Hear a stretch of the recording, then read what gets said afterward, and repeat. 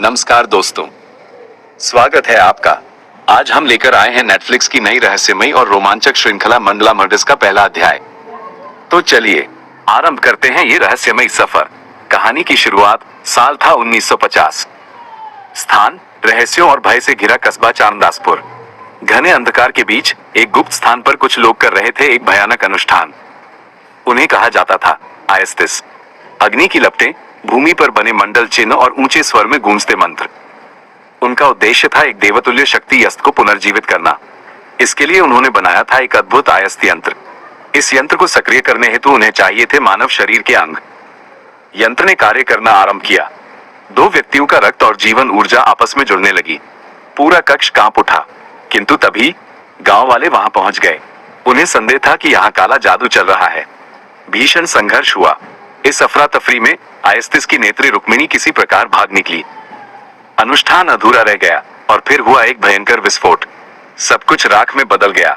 समय परिवर्तन। अब समय बढ़कर आता है वर्ष 2025 में। यहाँ परिचय होता है विक्रम सिंह से, एक निलंबित जांच अधिकारी। उसका अतीत पीड़ा और रहस्यों से भरा हुआ है। उसका भाई मारा जा चुका है और उसकी मां रहस्यमय ढंग से लापता हो गई थी।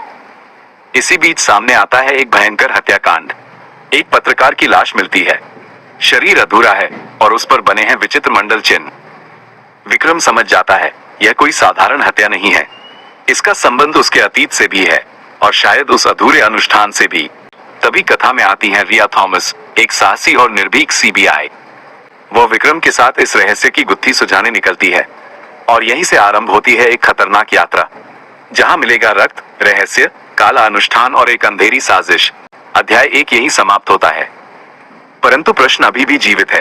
क्या ये हत्याएं केवल किसी एक हत्यारे की करतूत है, या फिर 70 वर्ष पूर्व अधूरा रह गया वह अनुष्ठान अब पुनः आरंभ हो चुका है? सस्पेंस अब भी बरकरार है और असली कहानी अभी प्रारंभ होने वाली है।